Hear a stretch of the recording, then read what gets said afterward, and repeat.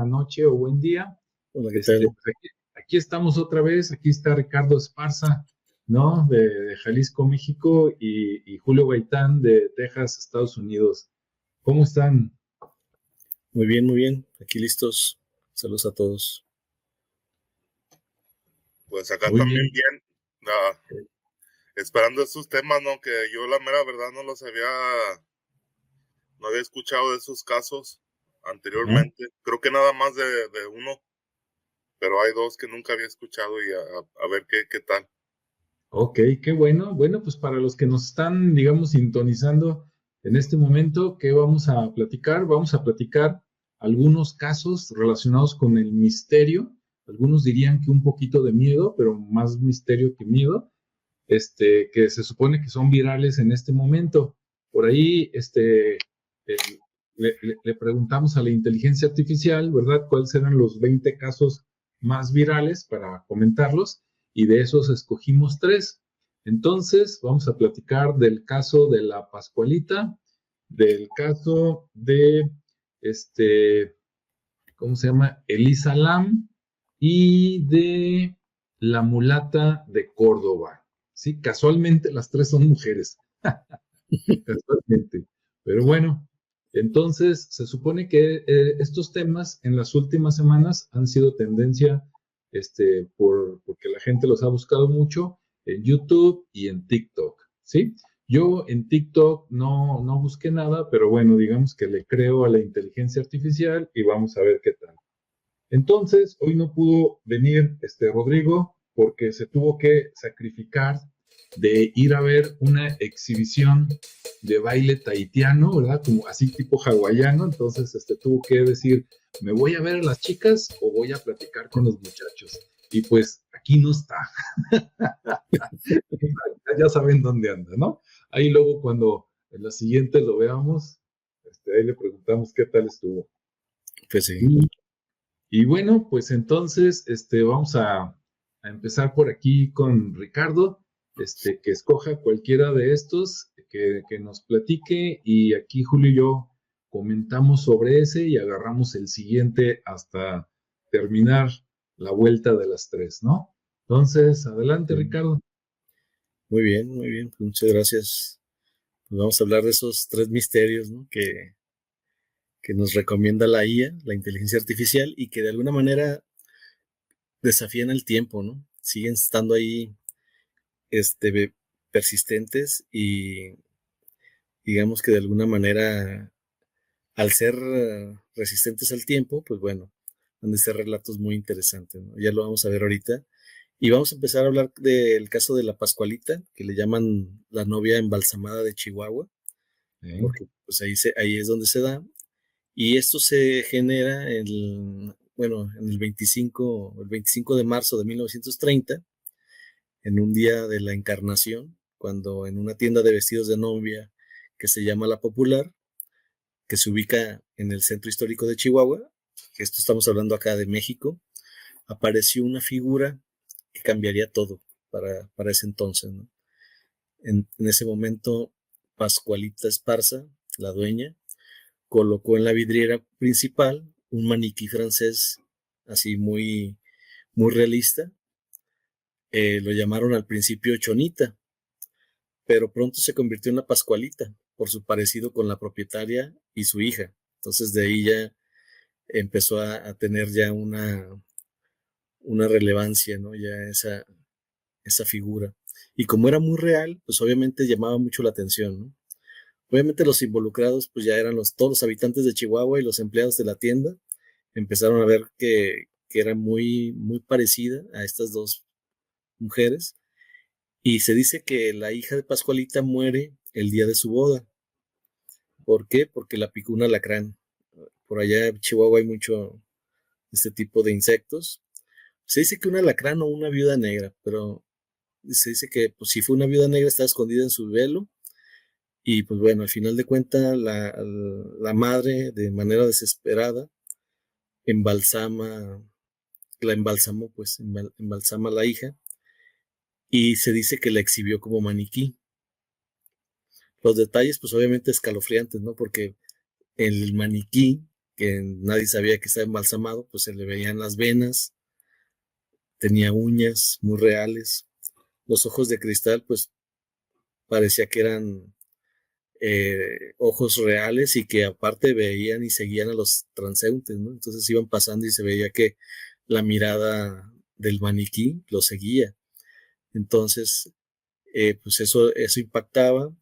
Obviamente la piel se veía muy, muy viva y los empleados juraban que hasta sudaban, ¿no? Bueno, más bien, juraban que sudaban al vestirla. Es decir, por el miedo o la impresión que les daba esta figura tan real, eh, pues, pues así como que les daba mucho miedo, ¿no? Entonces hasta sudaban al momento de estarla vistiendo porque estaban con el temor. Y obviamente también se dice que por las noches caminaba por la tienda, o sea, hacía sus rondines, ¿no? Hay gente que dice que la vio desplazarse por la tienda.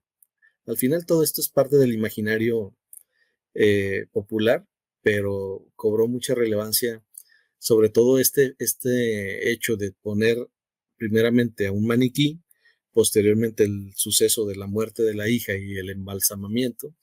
Entonces ahí se empiezan a generar estas historias, ¿no? Y esto empieza a cobrar pues esa relevancia, sobre todo en este folclore mexicano que se basa mucho en íconos, en temas de historia, del imaginario, como comento, y se empezó a generar pues como el misterio, ¿no? Que si era realmente un maniquí, si era realmente la figura embalsamada de la hija, y todo esto empezó a promover el turismo, ¿no? Para variar, porque pues era ya la historia de lo que sucedía y de la gente que estaba cercana, y pues toda la gente empezó a querer conocer este sitio, ¿no? Entonces empezaron a generar desde canciones, postales, bueno, canciones tipo corridos, con la historia, las postales, aparte se hicieron recorridos nocturnos pues para que hubiera más dramatismo en este tema y que fuera más atractivo. Entonces se empezó a convertir digamos que en un modelo económico del miedo, ¿no? Porque al final de cuentas estaba enfocado al turismo, se basaba en este impacto que tenía, y pues bueno, al final de cuentas se va volviendo un símbolo eh, en el tema de la cultura en Chihuahua, también simbolizando el duelo, un duelo eterno, porque pues la madre pues la tenía ahí, entonces diariamente la tenía presente, ¿no? Y esto también nos demuestra cómo la frontera entre la vida y la muerte pues se alimenta de esas creencias, ¿no? En la parte sobrenatural. Actualmente la Pascualita sigue en la vidriera de la Popular, sigue existiendo la tienda, sigue estando en la vidriera y sigue atrayendo turistas y curiosos, ¿no? Obviamente los rumores de las restauraciones que se dieron en el 2003 y 2004, que se dice que hubo restauradores artesanos que sí vieron los restos y la reemplazaron por una réplica. Entonces, eh, sigue alimentando el tema del misterio, ¿no? Porque al final de cuentas no hay nada documentado, pero, y aparte las personas de la tienda lo niegan, entonces para evitar este tipo de situaciones, y aún así la gente sigue yendo y se puede ir a ver y está perfectamente ahí en la vitrina, en una esquinita, y este, entonces está lista para que toda la gente que la quiera conocer pues vaya y la visite y se cerciore y ratifique que efectivamente la mirada lo sigue, ¿no? Al momento que van pasando. Entonces esto ha provocado pues que se vuelva muy popular, que se vuelva sobre todo en las redes sociales, y pues se ha convertido ya en una leyenda, ¿no? Este tema. ¿Cómo ven? Eso es, pues sí, esa es la leyenda de la Pascualita, ¿no? Ahora, la información que sacamos nosotros, obviamente la sacamos de internet, de inteligencia artificial, por si hay alguna de repente imprecisión, pues no es intencional, ¿verdad? Confiamos en las fuentes. Y si alguien ha escuchado o tiene más información, pues pónganla por ahí en la descripción. ¿Cómo ves este relato, Julio? A ver, quiero oír tu opinión antes de yo decir algo.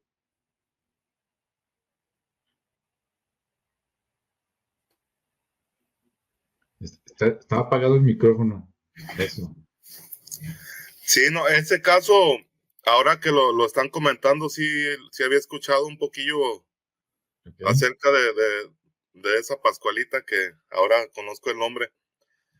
Y ahí también se me hace como algo también que puede ser de la misma leyenda, ¿no? Que se va ahí haciendo en torno a este caso, que a lo mejor no es en realidad el cuerpo embalsamado, ¿no? Que a lo mejor en alguna ocasión sí lo fue en un pasado, porque estamos hablando ya de alrededor casi de 100 años, ¿no? De este caso. Entonces, puede ser que ya no sea, que si fue cierto, ya no sea ese cuerpo embalsamado que está ahí, que sea cualquier tipo de maniquí, pero que ahora la gente ya con esa información anterior que tienen, ya esa percepción, pues ahora ya como decimos en México, ¿no? Ya ven monos con tranchetes ahí. Sí. Pero sí, o sea, puede ser posible, ¿no? O sea, todo está dentro de las posibilidades, porque fíjense, algo que me pasó a mí cuando estaba en la secundaria, en primero de secundaria. Estuve toda la primaria, estuve en la misma escuela, entonces pues fue un cambio ya radical ahí, ¿no? Empezar a la secundaria, una nueva etapa.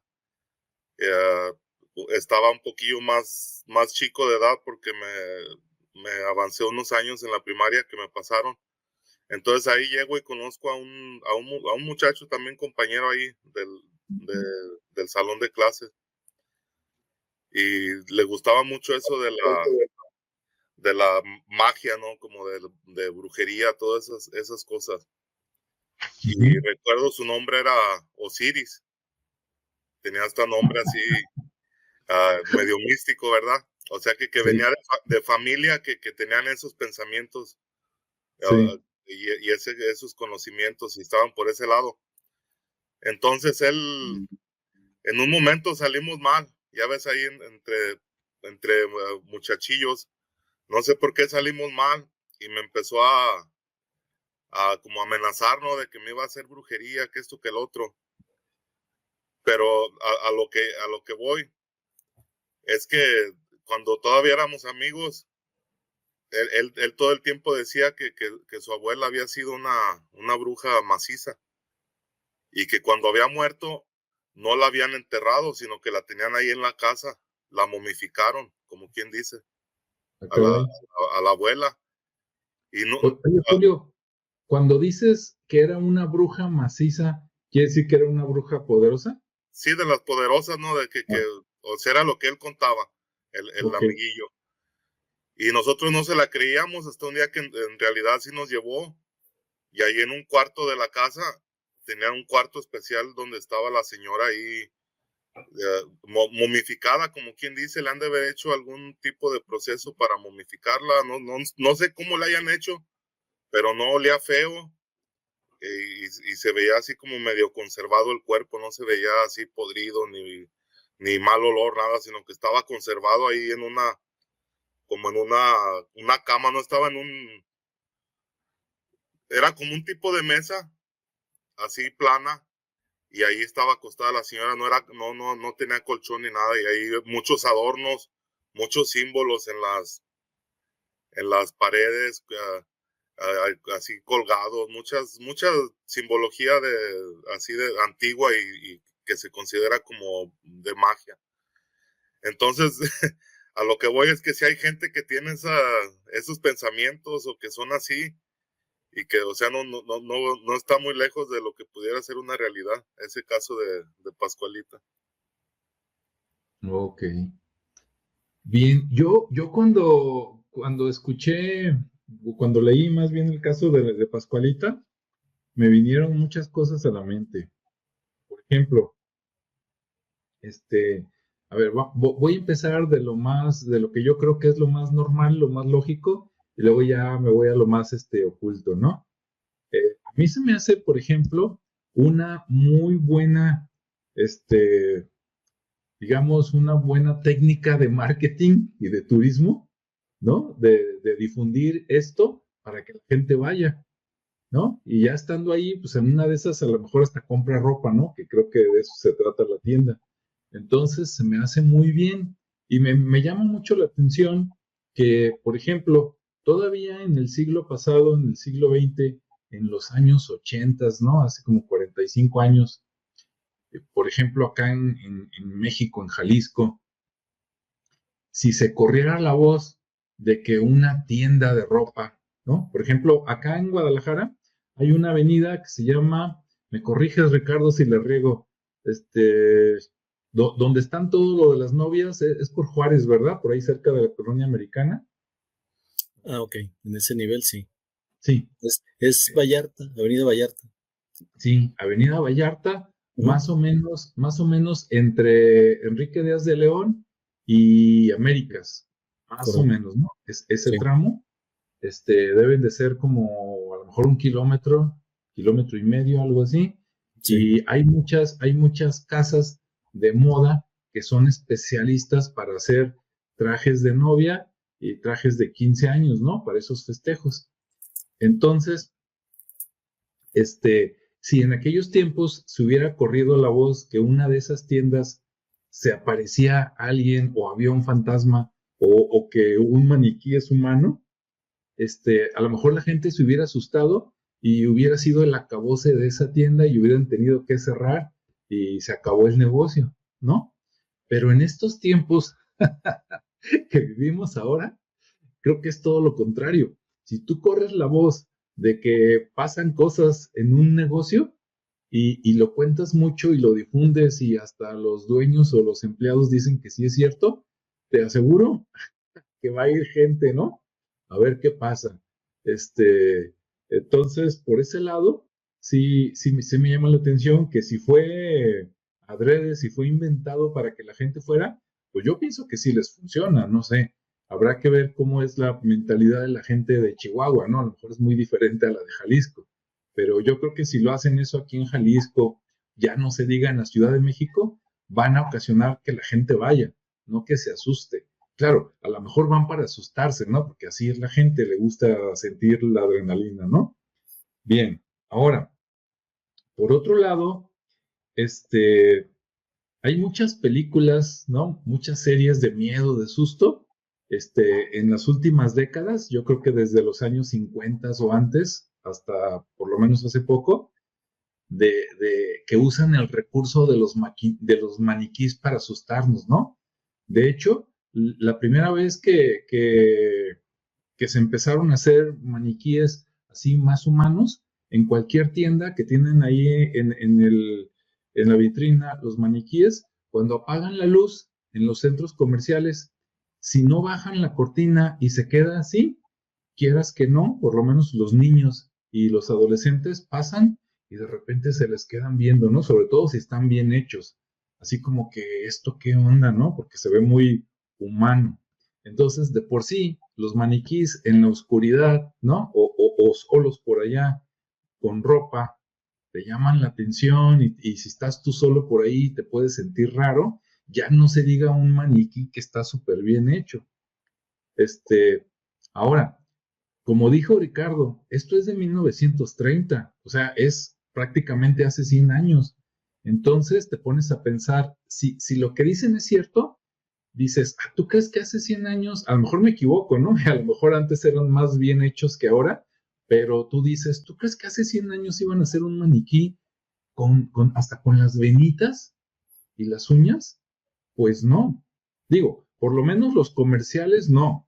A lo mejor algún artista sí. Por ejemplo, hay muchos artistas de los años 50, 1950 y para atrás, que si ustedes van a los panteones, por ejemplo aquí al Panteón de Mezquitán, hay unas obras de arte hechas ahí en mármol, ¿no? En algunas lápidas, en algunas criptas, que te acercas y hasta dice que esa figura la hizo no sé quién, alguien italiano, ¿no? Algún artista italiano, y sí, haz de cuenta que las hizo Miguel Ángel. Tú te acercas y sí ves las venitas, ¿no? Ahí esculpidas y la ropa como si estuviera bordada, o sea, ves ahí que dices, qué bárbaros, ¿no? ¿Cómo hicieron ese nivel de detalle? Entonces, pues a lo mejor sí, a lo mejor no, no sé. Y por último, bueno, 2 puntos más. Hay muchas series de televisión viejas que alguna vez yo creo que sacaron algo parecido a eso de un maniquí o una persona que se murió, la embalsamaron o la momificaron y la pusieron ahí, como dice Julio, la bruja acostada.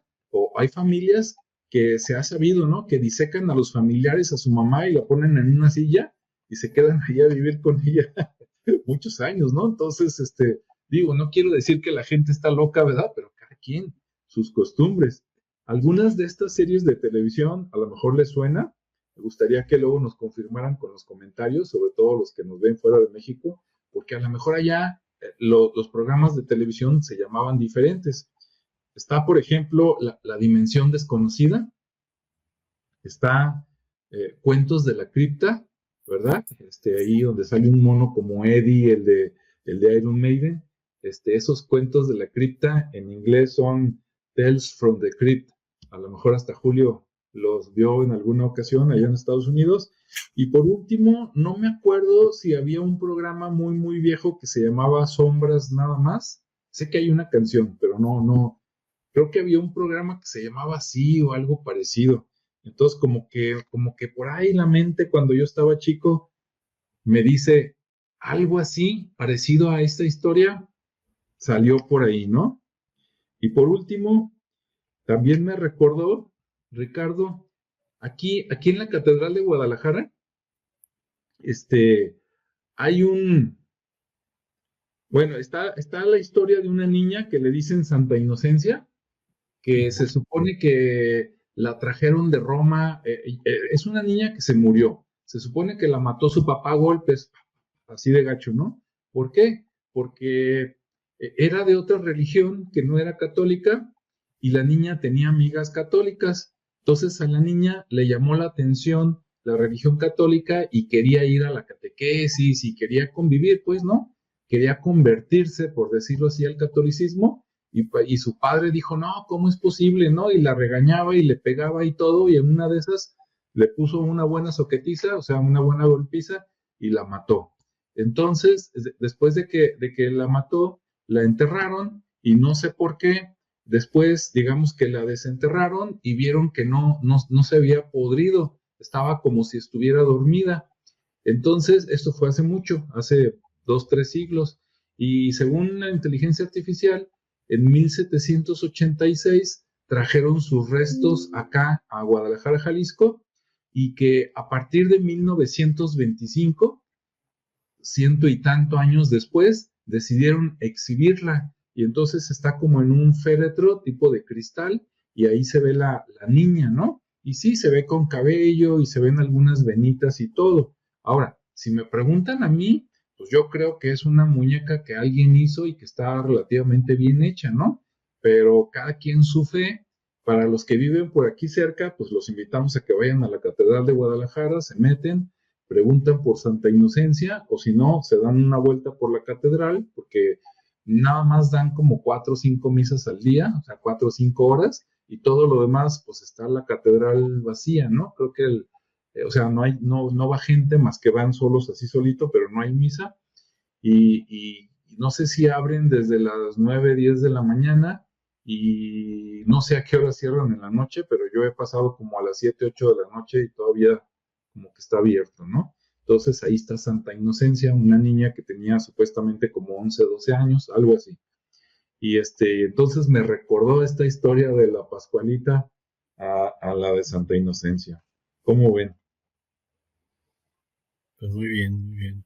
Fíjate, Alejandro y amigos que nos escuchan, Uh-huh. de eso que cuentas de esa Santa Inocencia, hay otro caso que es más reciente de un joven italiano también con que pasa lo mismo. Se muere el joven y se quedan en el mismo estado como si estuviera dormido, no se ve ni siquiera que esté muerto, no hay descomposición, no hay nada. Y creo que es uno, si no estoy mal, hace muy poco lo acaban de beatificar, o sea, lo hicieron santo. y es uno de los santos que hay más recientes. Okay. No recuerdo el nombre exactamente, pero es un joven italiano. Ok, siguen apareciendo, ¿verdad? Más casos. Pues sí, muy interesante. Entonces, bueno, pues no sé si quieras comentar otro caso, Ricardo, o que Julio o yo le entremos al quite, como gustes. No, si gustan, seguimos esta dinámica si quieren. Si Ok. no, como gustan. Nada más estaba pensando respecto a esos cuerpos que no han sufrido descomposición, que Ajá. estaría interesante, no sé si la misma iglesia con toda su infraestructura, todos sus recursos, no haya hecho análisis pues de los tejidos, ¿no? Para saber por qué se detuvieron o algo en el tema de la descomposición, porque sí es interesante, ¿no? Más allá del fenómeno y de la beatificación y de la creencia, pues también está la parte científica, ¿no? Sí, Que no estaría mal, porque a lo mejor estamos ante alguna situación que pueda ayudar a la gente, ¿no? sí. El tema En de, el caso de, en el ajá, caso de la niña esta de Santa Inocencia, yo la he visto dos veces. Una vez, hace muchos años, sí fui así como que por el chisme a conocerla. sí, Y la última vez, hace como año y medio, 2 años, que estaba por ahí por el rumbo de la catedral, me metí, pero ya nomás la vi de pasadita, ¿no? Según recuerdo, yo la vi como una muñeca bien hecha, como tallada, pero sí como si tuviera recubrimiento como de cera. Ese es mi recuerdo, ¿no? Pero ujú. si los que nos están escuchando ya fueron a verla y me dicen, no, no seas hereje, sí, sí es cierto, ok, platíquenos a ver ustedes cómo la vieron y si saben más, adelante, ¿no? Y si saben que le hicieron un examen, como dice Ricardo, pues cuéntenos. Sí, digo, a lo mejor con ella tal vez no, pero en este caso que comenta Julio, pues sería como interesante, ¿no? Y más probable porque pues es mucho más actual. Pero bueno, Ujú. pues, es una simplemente inquietud ahí que me surge referente a cómo explicar estos fenómenos. Y más allá de querer explicarlos, pues bueno, qué cosas están ahí participando para provocar que no se Que no se pudo. degraden. Ujú. Pero bueno, vamos continuando y vamos a ver el caso de la mulata de Córdoba, ¿no? Ok. Este es otro caso que también es interesante porque, bueno, se desarrolla en 1618.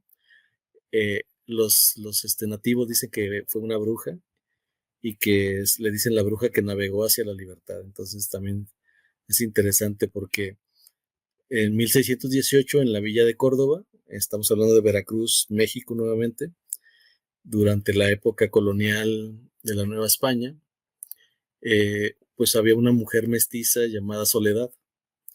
Y, y esta Soledad pues era obviamente una mezcla ahí de sangre africana con española y pues les quedó muy bien hecha, ¿no? Entonces estaba muy guapa. Decía que tenía una belleza hipnótica y además vivía sola. Entonces, pues era como parte de otro atractivo, ¿no? Y que pues se dice que nadie sabía su origen, pero tenía mucho encanto y obviamente pues atraía a los hombres y con las mujeres pues les generaba envidia. Entonces, pues bueno, así es como empieza esta historia. Se dice que salía por las noches de su casa y generaba muchos rumores, sobre todo de brujería, ¿sí? Entonces, eh, por el hecho de que vivía sola, de que era muy guapa y que salía por las noches. Eso principalmente eran los generadores de esa sospecha. Entonces, la mulata, además hay otro personaje que es el alcalde Martín de Ocaña, que fue despechado, o sea, se acercó a ella y ella lo rechazó. Entonces, había muchos vecinos ahí muy supersticiosos y aparte, pues tenía otro, digamos que otro factor en contra, ¿no? Estaba la Santa Inquisición. Entonces ahora sí que se juntaron esos factores, esas condiciones y fue acusada de hacer pactos con el diablo. La encarcelan en San Juan de Ulúa, un carcelero, eh, digamos que le da un carbón, de alguna manera burla ahí la seguridad al ser carcelero, pues le resultó muy fácil. Le da un carbón, ella dibuja un barco en la pared y se dice que el barco cobra vida, ¿no? Y al cobrar vida, o sea, al volverse real, pues se sube en él y desaparece mar adentro. Y ya deja el guardia ahí, se dice que loco o muerto, no se define muy bien cómo lo dejó, pero asombrado ante este fenómeno.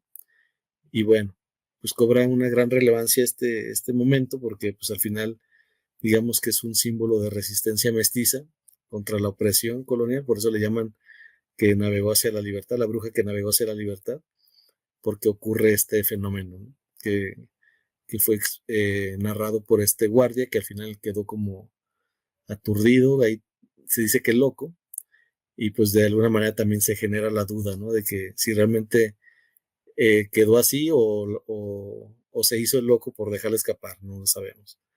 Entonces, queda ese simbolismo, pues como comentaba, de la opresión colonial y la libertad. Y al final, pues también representa el sincretismo cultural de la magia como escape, ¿no? Obviamente inspiró, por ejemplo, a José Pablo Moncayo en 1948 a realizar una ópera. También hubo bailes, festividades. De hecho, hay muchos dibujos ahí por la calle que representan a esta mujer. Y bueno, se han creado cuentos y muchas historias, ¿no?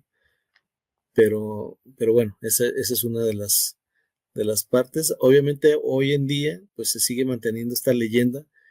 Hay digamos que poca información, pero finalmente como que fue muy impactante, ¿no? De hecho, hasta en las escuelas eh, les enseñan esta historia referente a lo que pasó con este personaje, con Soledad, perdón. Y, y también, pues, les decía, hay murales que son representados en las calles con el barco, hay eventos en San Juan de Ulúa y incluso se ofrecen tours para narrar la historia, obviamente con el tema de atraer a los turistas y se va mezclando la historia con la magia y bueno, hacen ahí como una especie de performance. Entonces se vuelve muy, muy interesante. Eh, Obviamente el Santo Oficio también estuvo involucrado en eso, pero al final pues también se quedaron pues como explicamos en la desaparición de esta mujer, ¿no? Con ese acto sobrenatural que así le llamaban, o aparte le decían el escape mágico. Entonces se hicieron personajes, se inmortalizó a esta figura. Hubo escritores como Vicente Riva Palacio que también hizo por ahí un escrito y digamos que de alguna manera esta mujer se convirtió en un pilar de la cultura mexicana con su historia. Como les decía, se enseña en las escuelas y se mantiene, pues se recuerda como una bruja al final de cuentas. La siguen manteniendo así porque es un símbolo para ellos, no satanizado, sino más bien ese símbolo mágico que representó la libertad. ¿Por qué? Porque pues en ese momento histórico había mucha represión y de alguna manera eh, pues como que les daba ese sentido de libertad, ¿no? A todos, así como que, mira, pues alguien logró escapar de estos españoles y se escapó de la Inquisición y de alguna manera ese es el símbolo que fue, digamos, positivo, ¿no? En este caso. Entonces ya nada más se queda así como un símbolo de libertad, de misterio, sobre todo porque en esa época pues había mucho, digamos que sombras o muy, muy oscuro, digamos que era como una etapa muy oscura del México eh, colonial, ¿no? Entonces básicamente ahí es lo que se sabe. Digo, a lo mejor hay más información, pero en breve, en resumen, es básicamente lo que les puedo contar. Muy interesante. La mulata de Córdoba, como dijo Ricardo, Córdoba, Veracruz, no Córdoba, España, ¿no? Así es. Bien, ahí, ahorita vamos a ver qué opina Julio, pero yo quiero comentar algo. En la época colonial, a lo mejor en toda América, ¿no? Pero voy a hablar de México, que es lo que conocemos aquí.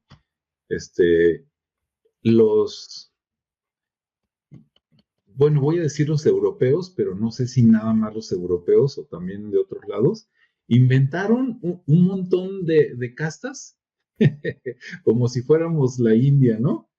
Hay un montón de nombres bien raros, por ejemplo, ¿no? Que el mulato, el mulato, el saltapatrás, vamos a hacer un programa de todos esos nombres que inventaron para que los conozcan, ¿no? A mí me dan risa, obviamente no de burlarme, sino de que dices, híjole, ¿hasta dónde llega La imaginación. ándale, hasta dónde llega la imaginación y hasta dónde llega el pintar raya, ¿no? Tú y yo no somos iguales. Yo soy quién sabe qué y tú eres otra cosa. O sea, es hasta dónde llegó en sus momentos. Bueno, al decir mulato para hombre o mulata para mujer, quiere decir que es hijo, digamos, en aquellos tiempos, de un español y una negra, ¿no? O un negro y una española. Y cuando decimos esas palabras, los decimos con sentido histórico, no con sentido haciendo menos, no. Las cosas como eran, ¿no? Para que nos entendamos, o sea, las cosas por su nombre. Entonces, la mulata, pues era, vamos a suponer que la negra era su mamá, no sé, y que el blanco, ¿no? El europeo, el español era su papá. Lo interesante es que como, bueno, hay muchas cosas interesantes. Como dijo Ricardo, fue creo que en 1618, o sea, fue hace mucho, mucho, ¿no? Fue menos, casi 100 años después de que cayó Tenochtitlan, ¿sí? 1521, 1618, ¿sí? Casi, casi, menos de 100 años.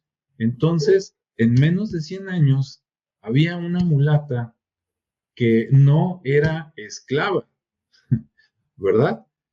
Porque andaba libre por las calles, estaba guapísima, según cuentan, como dijo Ricardo, y aparte, tampoco era pobre, porque, pues, ahí andaba codeándose con la gente de abolengo, ¿verdad? O clase media, o sea, no andaba con la clase baja. Entonces, que menos de 100 años después de la conquista de Tenochtitlan, ande por ahí una mulata guapa y que todos quieran con ella, por decirlo de alguna manera, ¿no? Que sea libre, que tenga dinero, wow, ¿no?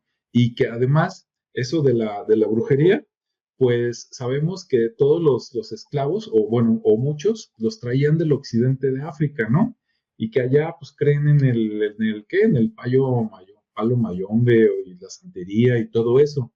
Entonces, al llegar acá, luego se juntan también con las religiones, creencias y costumbres de los indígenas y se forman nuevas maneras alternativas alternativas a la religión católica, ¿no? Que es una mezcla de los antiguos y la revoltura de los que trajeron. Entonces, por un lado la deseaban mucho, la perseguían, pero por el otro lado también como que le tenían miedo porque decían, no, es que ella sabe hacer. Y si sabe hacer, dices, ¿quién le enseñó?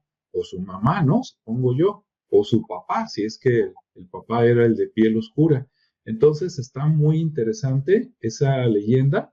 Yo me sé una variación pequeña. La mayoría sí es como dijo Ricardo, pero yo me sé una variación donde sí la meten a la cárcel, pero no me sabía eso de que dibujó un barco y se hizo realidad. Yo lo que la versión que había escuchado es que se puso a dibujar ella cosas y que de repente el carcelero ni sabía cómo se llamaba ni nada, que de repente se asomaron, estuvo ahí presa unos días y que de repente se asomaron y que ya no estaba. Y que en la pared de su cárcel estaba dibujada ella misma con carbón, ¿no? O sea, como diciendo, aquí está para que se acuerden de mí, y ella desapareció y ya no la vieron y que se sospechaba que se había escapado, ¿no? Por medio de un encantamiento como bruja que era y que a lo mejor se había ido a la selva o a otro lado o al mar, así como dice Ricardo, ¿no? Esa es la pequeña variación que yo había escuchado, pero sí se me hace muy, muy interesante. ¿Cómo ves, Julio? ¿A ti qué te parecen cualquiera de las dos versiones? No, yo lo que quería era recordar ¿Mm? que todavía hasta este momento el estado de Veracruz es uno de los más reconocidos por sus brujos.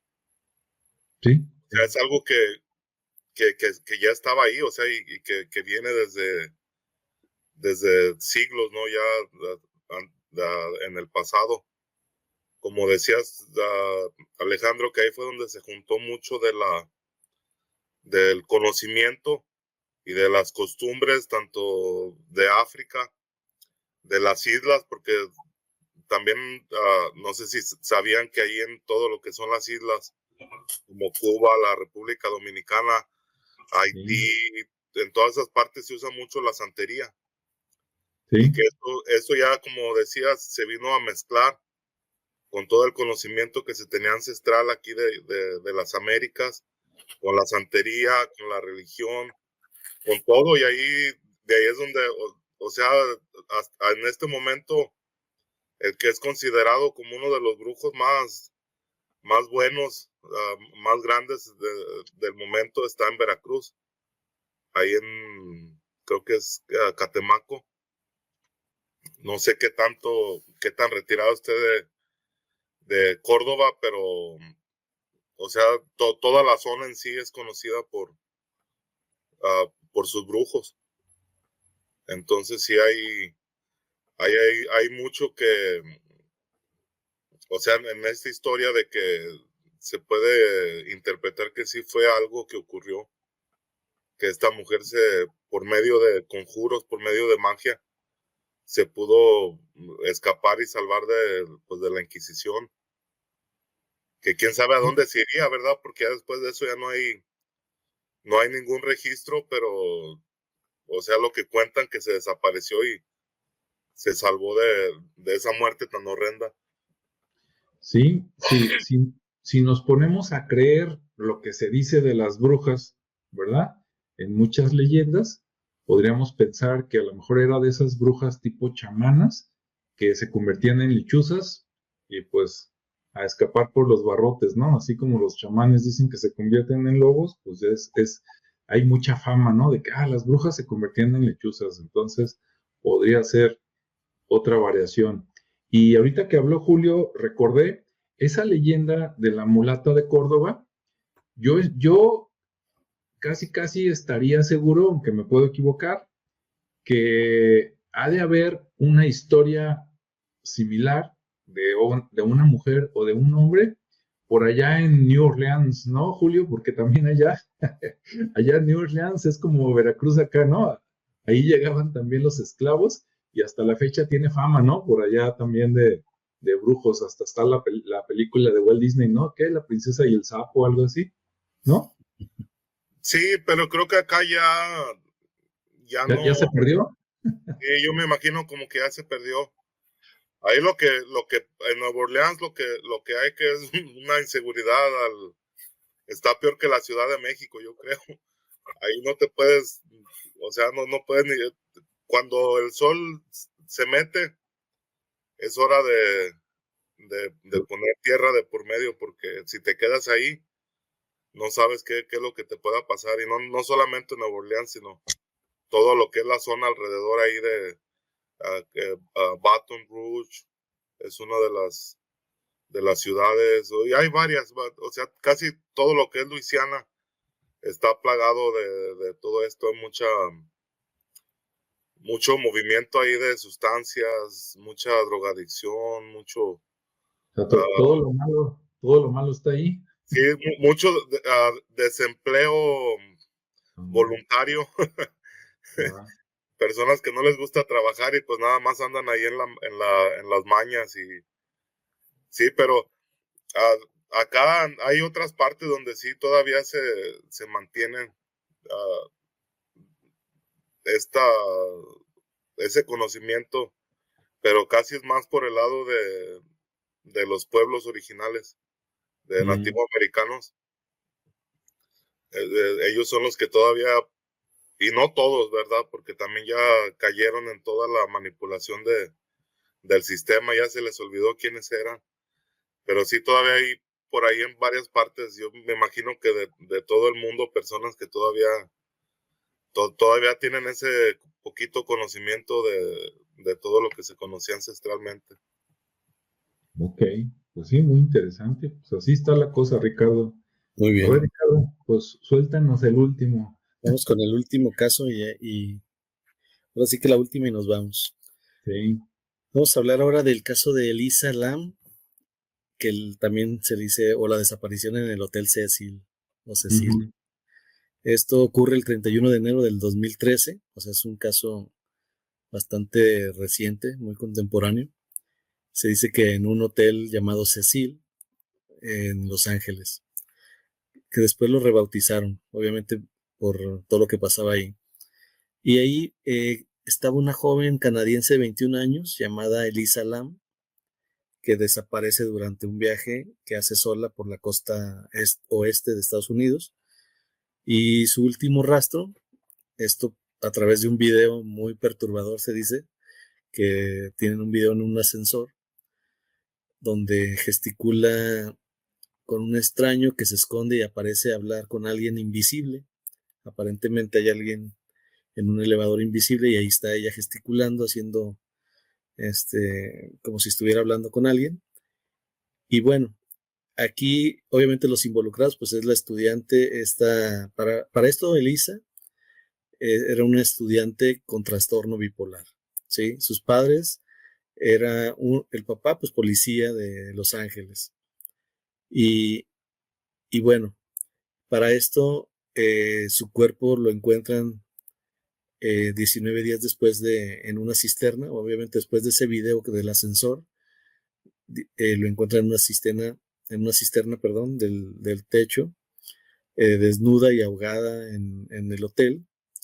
Y bueno, con esto empiezan a hacer ya las investigaciones, se empieza a alimentar ahora sí que toda la historia, se empieza a viralizar en temas de teorías conspiranoicas, de posesiones, de tráfico, de sacrificios, de experimentos. O sea, se empiezan a armar muchas historias alrededor de este suceso e incluso empieza a inspirar esta historia a películas, ¿no? Hay una que se llama Dark Water y son episodios, o sea, son una serie.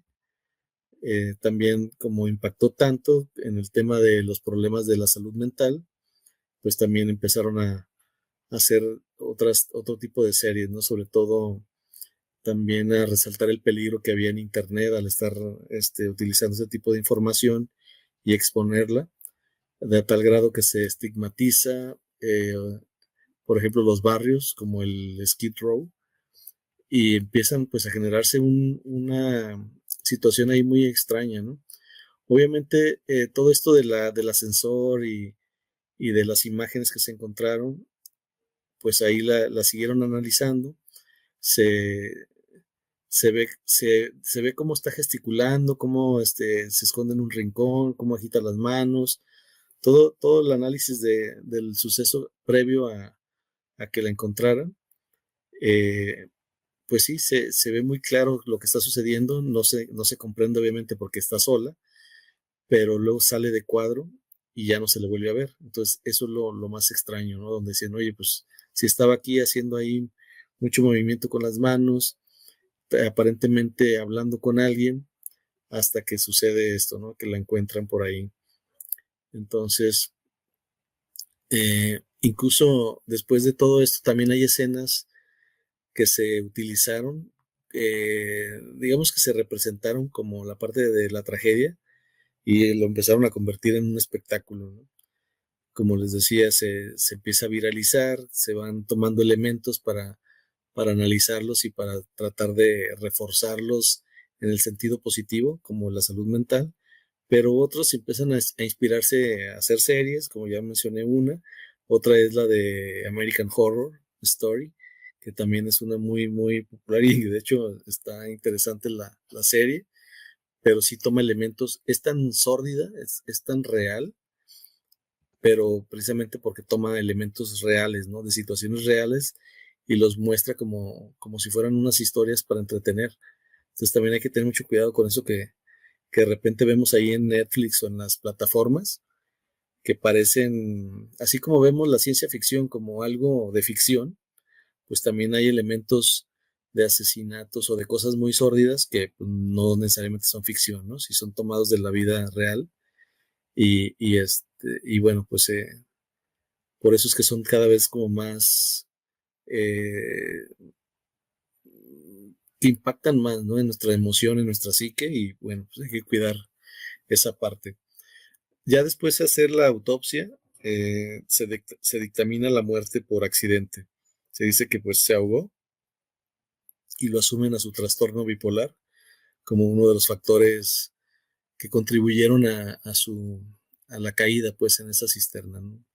El caso hasta el momento no se ha cerrado, en la corte sigue abierto, está con la opinión pública, el video se sigue analizando y el nombre de Lisa Lam permanece ahí como un recordatorio sombrío de los misterios de la tecnología que no pueden descifrarse, sobre todo por el tema de la cámara, ¿no? De que no genera mucha información, sobre todo cuando se desaparece en un punto ciego.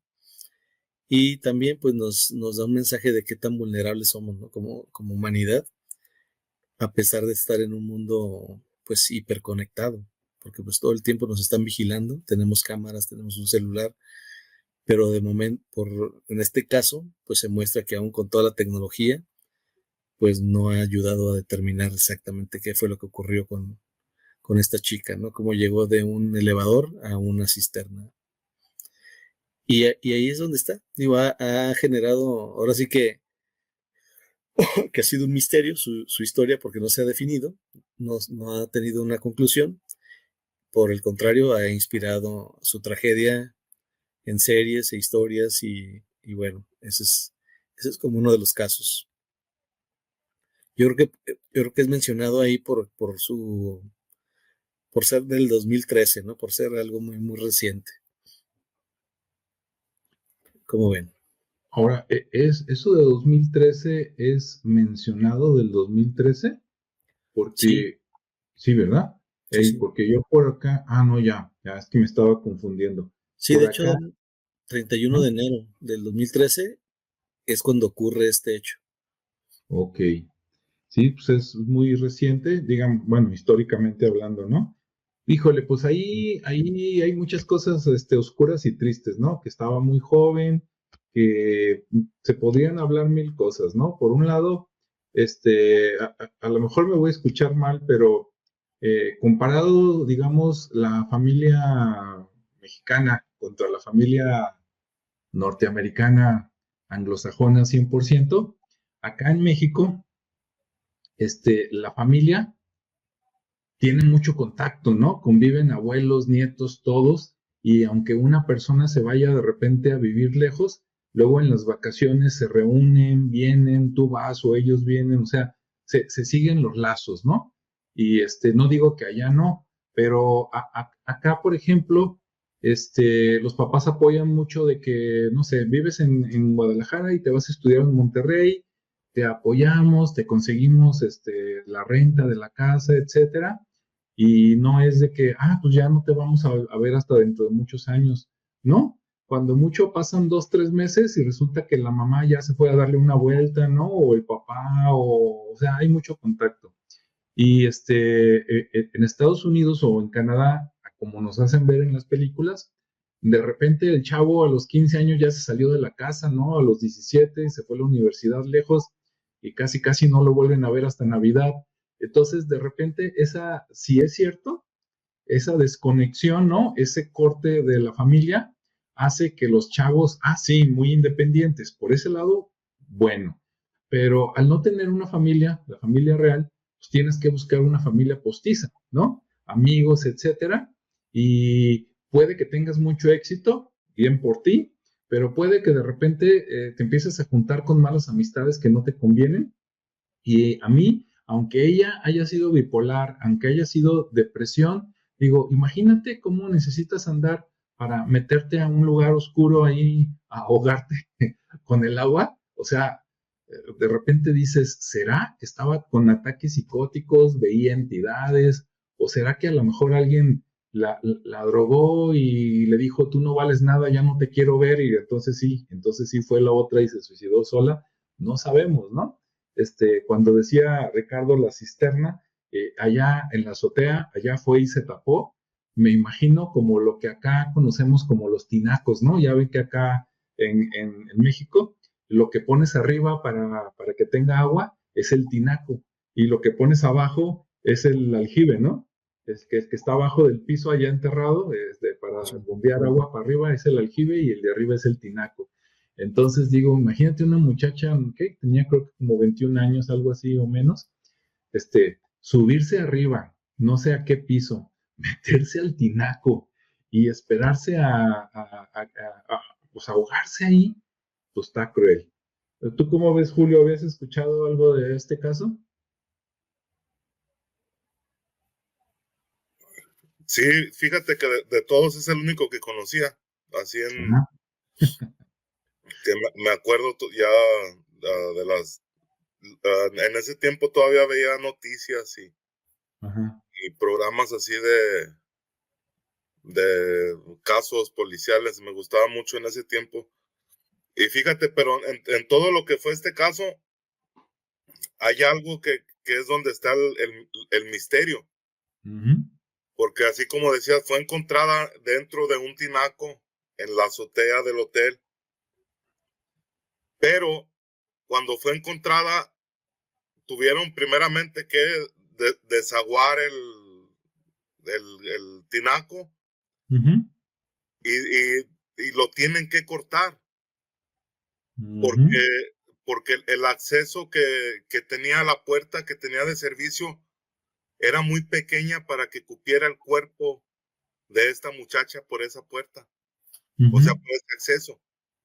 Y ahí es donde está el misterio. ¿Cómo se metió si no cabía? Uh-huh. ¿Y cómo terminó dentro? O sea, ¿cómo terminó dentro de esa cisterna, de ese tinaco, cuando el mismo acceso a era muy pequeño, donde no cabía una persona? Sí. Más que, como decía, ¿no? O sea, como cuenta la historia, sí, tenía trastornos mentales, pero en la mayoría de estos casos que ya no es solamente el problema de la bipolaridad, sino Uh-huh. que ya es la esquizofrenia, que ya Uh-huh. es lo más extremo que hay de esto. Ya, por lo regular, las personas esquizofrénicas escuchan cosas, ven cosas que la mayoría de las personas, o sea, pues tú dices, no, pues está loco, ¿verdad? Porque ellos ven y escuchan lo que nosotros no vemos y escuchamos.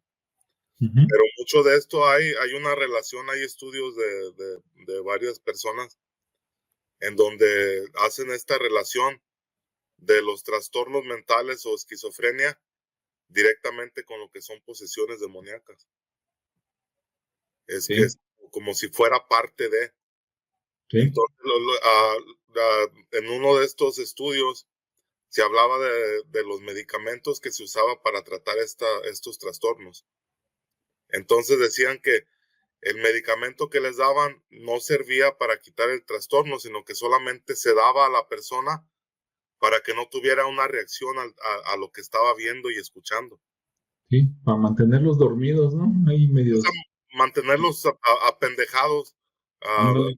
sedados y que no Sí. digan nada, o sea, para que no sean incómodos, simplemente. Pero Sí. eso no les quitaba esto. Y ha habido casos donde personas que han sido diagnosticadas y han estado en tratamiento por muchos años de su vida con esquizofrenia, van y se hacen un trabajo pues se podría decir como de exorcismo, Uh-huh. y muchas personas sí se han llegado a curar de esa forma.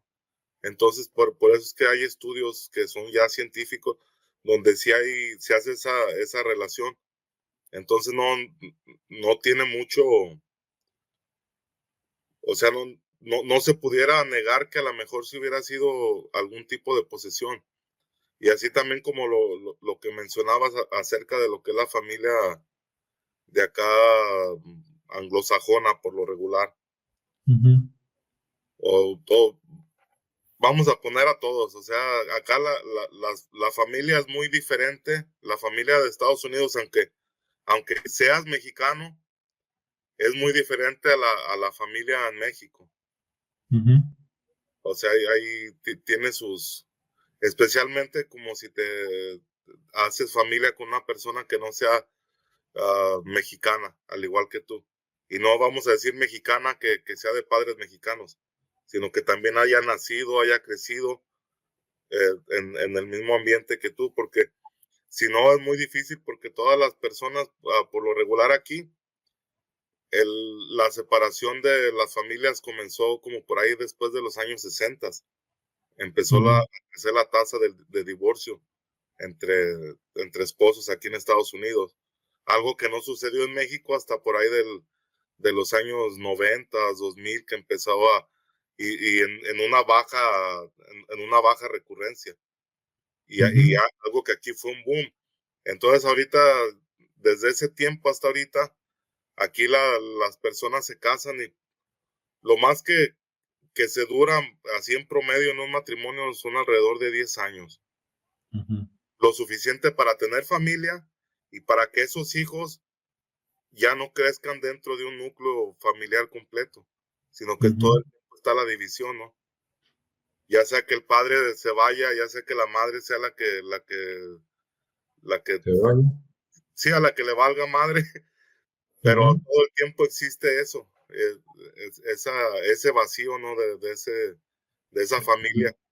Esa desconexión, digamos. Y no, por eso es que hay tantas personas que sufren de todos estos trastornos mentales, pero que también pueden ser, como lo digo, ¿no? O sea, pueden ser también estos demonios que vienen atacando o sea, desde toda la vida de estas Eso, personas. esos parásitos astrales, ¿no? Sí, es como que o sea, la misma familia ya viene cargando con esto. Ujú. Y puede ser que pues haya personas que son más susceptibles a estas energías y son a los que se les viene a cargar. Sí, puede ser. Así es. Pues muy, muy interesante.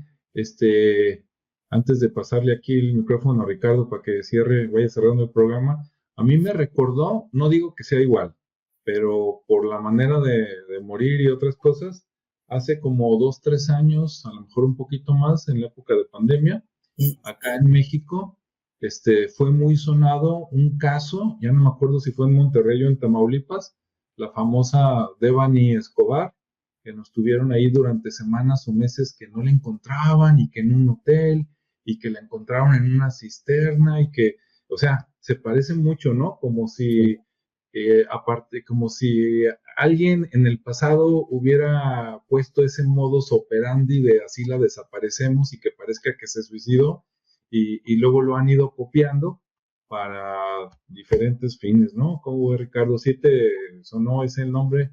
Sí, de hecho, desde que estaban comentando las evidencias que había y la forma, y de cómo efectivamente, a pesar de que tenemos toda la hiperconexión que mencionaba, y eso me refiero a las cámaras, a los Ujú. dispositivos, y se generan puntos ciegos, ¿no? Y Sí. casualmente, pues, eh, se desconecta todo para perder evidencias, se manipula o no sé, o también dejémoslo al tema misterioso, Ujú.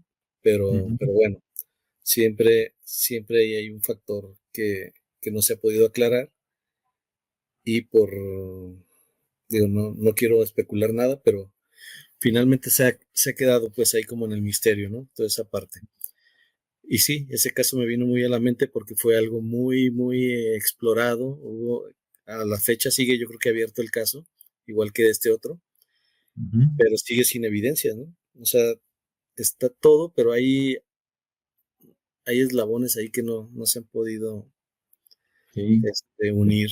Mu- Entonces, Mucha evidencia, pero también muchos huecos ahí como que apuntan a varias cosas, todas mm, turbias. sí, exacto. Sí, hay mucha especulación y pues es eso, pues al final no empatan las historias, las evidencias, y la narrativa pues no da match. Entonces, al final es como dice Julio, pues ¿cómo te explicas que cayó ahí si no podía entrar? Para empezar, ¿cómo se introdujo a pesar de su esquizofrenia o de su locura o de lo que haya tenido, o quién la ayudó a entrar, ¿no? También. Sí. Entonces, hay todavía cosas por explicarse ahí. Entonces, pero bueno, para ir cerrando, como bien comentas, pues bueno, ya estos 3 misterios, digamos que ya separados por estos siglos o fronteras, pues ya nos recuerdan exactamente eso, ¿no? Lo que inexplicablemente es lo que los une, ¿no? La parte inexplicable. Porque la Pascualita, pues ahí está, ¿no? Ahí está eternamente, puede seguir ahí tras esa vitrina, tras esas historias y se pueden ir generando otras. Al final de cuentas, pues cada visitante va a tener su propia experiencia. En el caso de la mulata, como también bien comentaban, pues ya era un tema cultural. Es una región donde se practica la magia, se acepta, tan así que es una historia que se da en las escuelas, o sea, y se da en un sentido positivo, no es así como que, uy, era una bruja y nada, o sea, simplemente una historia más, donde navegaba hacia esa libertad, y pues ya en el caso de Elisa Lam, pues obviamente nos advierte de las sombras internas, ¿no?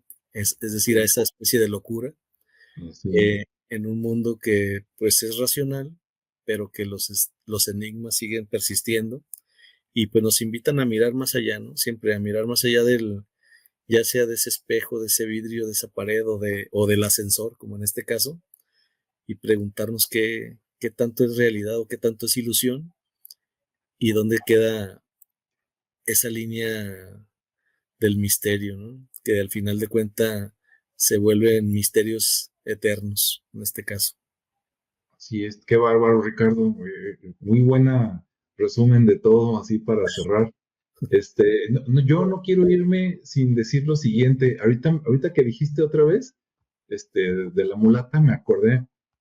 Julio habló de Catemaco, ¿no? Que debe de estar relativamente cerca de Córdoba, por ahí, o de Veracruz, tierra de brujos. De hecho, tienen ellos como tienen un evento anual, ¿no? De la reunión anual de brujos. Y pueden comprar boletos y ir a conferencias y toda la cosa. De hecho, este año, es lo que quiero decir, ahí a Catemaco fueron Salma Hayek y ¿quién era la otra? Que salió mucho en las noticias, pero sí, hace no más de 4 meses fue noticia de que Salma Hayek y una amiga de ella, por decir algo, no me acuerdo si era, creo que fue Angelina Jolie. Salma Hayek y Angelina Jolie fueron a Catemaco 3 días. Bueno, fueron a dar una vuelta de 3 días y uno de esos días fue para ir a Catemaco, ¿no? Hasta se dijo, no, van a renovar votos con el maligno, ¿no? Ahí para que sigan siendo vigentes. Entonces, hasta ellas fueron. Si no, búsquenlo en internet, se van a enterar. Adelante, Julio, ¿qué quieres decir de despedida? No, pues ahí en Catemaco es donde está ahorita el brujo mayor al que se le nombra ¿cómo le dicen? El unicornio negro. Sí. Es un muchacho joven y él es ahorita uno de los buenos ahí de la zona de Catemaco. Sí. Y no, pues nada más que, o sea, que hay misterio en los 3 casos que vimos, cosas que no se ha podido ni constatar ni negar. Y pues no, que ahí queda en cada quien lo que quiera creer, ¿no? Porque Así es. como puede ser, como no puede ser. Y pues simplemente analizarlo, ¿no? Ahí cada quien sacará su propia conclusión o va a decir, no, estos son puros cuentos chinos. Puras fumadas, como decimos acá. Sí, pero pues ahí está las leyendas, ¿no? Porque al final todo esto se convierte en una leyenda nada más y ahí la gente le va poniendo, le va quitando, le va acomodando y al final pues ya no se sabe lo que fue en sí la historia original, cómo pasó. Así es. Pues muy bien, Bueno, pues este programa fue un poquito diferente, ¿verdad? Para comentar lo que es tendencia por ahí relacionado al misterio. Si les gustó, déjenos sus comentarios para volver a hacer uno similar, así de el paquete de 3 de lo que dice por ahí la gente. Y si no, también se aceptan comentarios. Y pues muchas gracias por habernos acompañado por aquí y nos vemos en la siguiente, ¿verdad? Sí, hasta la Hasta próxima.